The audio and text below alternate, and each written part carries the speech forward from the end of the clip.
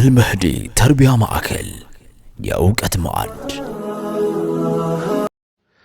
بسم الله الحمد لله وحده والصلاة والسلام على من لا نبي بعده وعلى آله وأصحابه وكل من اهتدى بهداه إلى يوم الدين. وبعد كتاب التوحيد درساتشن قتلالن زاري أمستنيا كفلنا من ملكته باب فضل التوحيد يميلو رئيس يهونال بزي رئيس ميكتر وحديثنا لن عن أبي سعيد الخدري رضي الله عنه عن رسول الله صلى الله عليه وسلم قال. أبي سعيد الخدري رضي الله عنه باورت حديث رسولاتنا صلى الله عليه وسلم دهلالو قال موسى يا ربي علمني شيئا أذكرك وادعوك به. نبي الله موسى عليه السلام الله سبحانه وتعالى انده له طيقت يا رب جيتاي هوي علمني أستمرن شيئا عندك نجر أستمرن أذكرك أنتن ما استوسه بت يهنا وأدعوك به أنتن ما ملكبت ملمن بت مما سنبت يهنا عند نجر أستمرن بلو طيقت. قال الله سبحانه وتعالى لنبي الله موسى عليه السلام ديالاتشو قل يا موسى لا إله إلا الله. موسى هوي لا إله إلا الله بل أنين متاستوسبت أنين متعملكبت متماصنبت متلمنبت الدعاء يهنونا لا إله إلا الله بل علاتشو. قال يا ربي كل عبادك يقولون هذا. جيتاي هوي قالوا نبي الله موسى عليه السلام كل عبادك بارياوچه بمولو يقولون هذا يهنلو تال أني مفلقو سبيشال نو ليت على أني بيتشا ليلوچ ما يوق ولا ليلوچ ያልሰጠው እኔ ብቻ አንተን ማመልክበት መዘከርበት መለምንበት የሆነ ነገር ነው መፈልገው እንጂ ሁሉም ያደርገውንማ እሱ የታወቀ ነው እሱን አይደለም እኔ መፈልገው ለየት ባለ መልኩ አንተን ማምለክ ነው መፈልገው አሉ። የዛኔ الله سبحانه وتعالى اندي هالاتشو قال يا موسى لو أن السماوات السبع وعامرهن غيري والأراضين السبع في كفة ولا إله إلا الله في كفة مالت بهن لا إله إلا الله. موسى هو يالاتشو لو أن السماوات السبع سبعت سمايات بهن نورو وعامرهن بسبعت سمايات وسط يمينور بمولو ቢኖር ኖሮ غيري ከኔ ውጭ አላቸው እኔ ሳለሁ እኔ የሌለውበት ሆኖ ሰባት ሰማያትና ሰባት ምድር ከነያዙት ነገር والأراضين السبع ሰባት ምድርም في كفة ሁሉም ከነያዘው ነገር በአንድ ሚዛን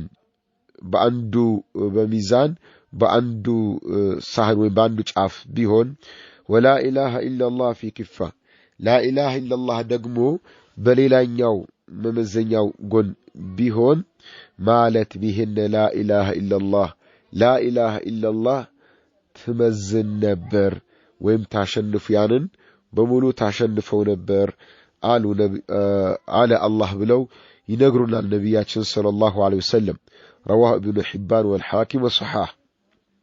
مرحبا ውድ ወንድሞች እህቶች ከዚህ ነብዩ ሰለላሁ ዐለይሂ ወሰለም አስተምሮት ምንማረው ትልቅ ነገር አለ። አንደኛው የላ ኢላሃ ኢላላህ ትሩፋት ነው። ላ ኢላሃ ኢላላህ ትሩፋቱ በጣም ሰፊ መሆኑን በጣም ትልቅና ግዙፍ መሆኑን ይገልጻል። እንግዲህ በሐቂቃ በትክክል ላ ኢላሃ ኢላላህ ብለው ይህን መሰለ አጅር ከሚያገኙት አላህ ያድርገን እና እንግዲህ ቃሉ ብቻ አይደለም ይሄን አጅር የሚያስገኘው ዋናው መልእክቱ ነው። መልእክቱ ምንድነው? ከአንድ አላህ በስተቀር በእውነት የሚመለክ ማንም ምንም የለም የሚለውን እምነት ሐሳብ መቀበል ነው። ይሄን ትልቅ አጅር እንዲያስገኝ የተደረገለት አንድ ሰው ደግሞ ላ ኢላሃ ኢላላህ ማለት የተፈጠረበትን ዓላማ አሳካ ማለት ነው። አላህን ብቻ ነው የሚያመልከው የሚፈራው አላህን ብቻ ነው የሚከጅለው አላህን ብቻ ነው የሚለምነው የሚመካው ድረስልኝ አድነኝ ብሎ የሚለው አላህን ብቻ ነው የሚማጸነው ተስፋ የሚያደርገው አላህን ብቻ ነው። የትኛውም ሐጃ ትንሽም ትልቅም ሐጃ ይገጠመው ይህን ሐጃይን ያሳካልኛል ብሎ የሚያስበው ከአላህ ብቻ ነው። አላህ ላዘዘው ትእዛዝ በሙሉ አዳሪ ነው። የአላህን ትእዛዝ በሙሉ ይቀበላል። አላህ Subhanahu Wa Ta'ala ያዘዘውን በሙሉ የሚታዘዝ የከለከለውን በሙሉ የሚከለከል በተለይ አላህ ያዘዘውን ነገር አቅሙ በፈቀደው መጠን የሚተገብር አላህ የከለከለውን ደግሞ በፍጹም የሚከለከል ሰው ማለት ነው። ላኢላሃ ኢላላህ በአግባቡ የተቀበለ ሰው ብሎ ማለት። ስለዚህ ይህን ያደረገ ሰው አላህ እሱን የፈጠረበትን ዓላማ ስላሳካ አላህ Subhanahu Wa Ta'ala ትልቅ ምንዳን ይመነዳዋል ነው። መርሐበን። ሌላው ነብዩላህ ሙሳ አለይሂ ሰላም ያቀረቡት ጥያቄና ፍላጎታቸው ነው። ነብይ ናቸው፣ የአላህ ባሪያ ናቸው። አላህ ያዘዛቸውን በሙሉ ይታዘዛሉ፣ አላህ የከለከላቸውን በሙሉ ይከለከላሉ። አላህ ምድር ላይ ለኸለቃቸው ኸልቆች መተላለፍ ያለበትን መመሪያ በታማኝነት ያስተላልፉ በትጋት ያስተማሩ ነው። ነብዩላህ ሙሳ ታሪካቸው ታወቀ ነው። ቁርአን ውስጥ በጣም ብዙ ታሪካቸው በተደጋጋሚ ከተነገረና በተለያየ መልኩ ከቀረቡት ነቢያቶች ውስጥ ግንባር ቀደም ናቸው ነብዩላህ ሙሳ አለይሂ ሰላም። ያ መሆኑ ነብዩላህ ሙሳ አለይሂ ሰላም አላህን ለማምለክ እሱ በሰጣቸው የአምልኮ አይነት ብቻ መገደብ አልፈለጉም። እንደ ለየት ያለ ባለ መልኩ አላህን ማምለክ ፈለጉ። ለየት ባለ መልኩ በቃ አላህ ለአላህ የሚሆኑትን አጡ እንደማለት እኮ ነው። እንዴት አድርጌ ላምልከው አላህን? ምን ብዬ ላምልከው? ምን ላድርግ አላህን በጣም ለማምለክ የሚል ሐሳብ ውስጥ ሆነው ይህን ጥያቄ አቀረቡ። የዛኔ አላህ Subhanahu Wa Ta'ala ምን አላቸው? ይሄው ነው ላኢላሃ ኢላላህ። ለሌላው ሰው አስተምር ብያልኩህን ራሱን ነው ላንተም ብዬምልህ ይላቸዋል። ይህ ማለት ምንድነው? ወንድሞች እህቶች፣ አላህ Subhanahu Wa Ta'ala ከባሪያዎቹ ውስጥ ለተወሰኑት ባሪያዎቹ የሆነ ነገር ገልጾ ለሌሎች ደግሞ ያልገለጸው ነገር አለ የሚባል ነገር እስላም ውስጥ የለም። እንደዚህ አይነት ሐሳቦችን በማራመድ ማህበረሰብ ውስጥ ብጅታን ወጅብርን የሚያራምዱ ሰዎች አሉ። ለምሳሌ ወልዮች ለየት ይላሉ፣ የወልዮች መመሪያ ለብቻ ነው፣ የተራው ህዝብ መመሪያ ለብቻ ነው እያሉ የሸይጣንና የነፍስያን ሐሳብ ለማራመድ ይህን እንደ ሽፋን የሚጠቀሙ አሉ። ይሄ እንደ ሽፋን ራሱ የለም። ሽፋኑ ራሳቸው የፈጠሩት ነው፣ ራሳቸው ያመጡት ነገር ነው። እስላም ውስጥ እንደዚህ ነገር የለም። አንቢያዎቹን ባዘዘበት ነገር ነው አላህ ሙእሚኖችንም ያዘዘው እንጂ ለአንቢያዎች ለየት ያለ ነገር አምጥቶ ለሙእሚኖች ደግሞ ሌላ ነገር አላደረገም። አላህ ሁሉም እኩል ለሁሉም ባሪያዎቹ እኩል እንዲያመልኩት ይፈልጋል። አላህ ሁሉም ባሪያዎቹ የተወሰነ ባሪያ በጣም አምልኮት፣ የተወሰኑት ደግሞ እናንተ በሌላ ነገር አምልኩኝ የሚል ነገር የለም። አላህ ለኸለቀው ኸልቅ በሙሉ ሁሉም እኩል እንዲያመልከው እኩል እንዲገዛው ነው አላህ የሚፈልገው። ስለዚህ መመሪያዎች ሁሉ እኩል ናቸው። ለየት ያላሉ ለወልይ ወይም ለነብይ ተብሎ ለየት ያለ መመሪያ የለም። ለተራው ህዝብ ተብሎ ደግሞ ለየት ያለ መመሪያ የለም። ሁሉም አላህን የሚያመልከው ሁሉም አላህን የሚያመልክበት መመሪያ ግልጽ ነው። ለአንዱ ተገልጾለት ለአንዱ የሚደበቅበት ነገር የለም። ለአንዱ አውቆት በሌላው ላይ ምስጢር የሚሆን ነገር እስላም ውስጥ የለም።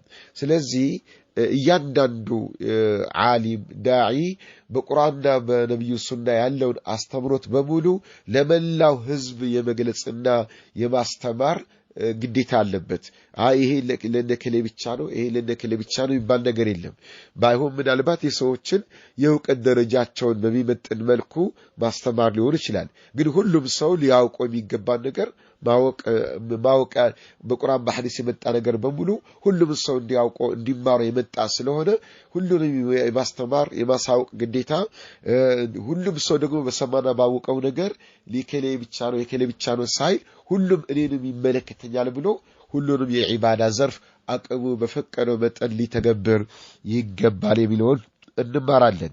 ሌላው የነብዩላህ ሙሳ አለይሂ ሰላም ጉጉት ነው። በቃ የአላህ ባሪያ የመሆን ጉጉታቸው ትልቅ መልእክት አለው። እያንዳንዱ ሰው በቃ አላህን ለማምለክ እጅግ አድርጎ መጓጓት አለበት። ውስጥ ላይ ስሜቱ ላይ መጓጓት አለበት።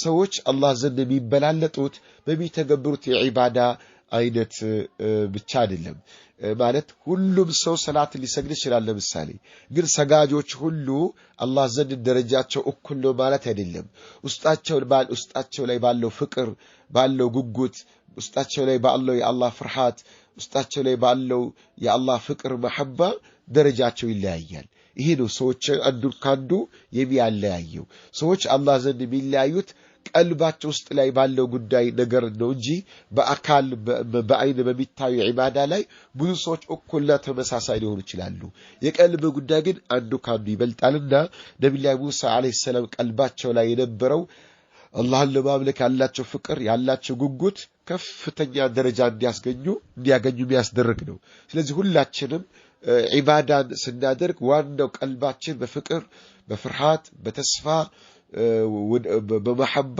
ወደ አላህ በጣም እጅግ ሊገሰግስ ይገባል ነው ሌላው ሰባት ሰማይ መሆኑን ምድርም ሰባት መሆኑን በግልጽ ያስቀምጣል ሌላው የቂያማ ቀን ኸይር ስራ የሚመዘንበት ሚዛን ሁለት ጫፍ ያለው መሆኑን ከዱንያው ሚዛን ጋር ይመሳሰላል ብለን አንልም ይለያል ስም ነው እንጂ የሚያመሳሰላቸው ይዘቱ ምኑ ለየት ያለ ነው የሚሆነው ግን ያም ሆኖ ሁለት ጎን ያለው መሆኑን ተነግሮናል ምናልባት 3-4 ሊኖሮች አናቅም ግን ምናቆም በዚህ ሐዲስ የተነገረን ሁለት ጎን ያለው መሆኑን ይገልጻል ሌላው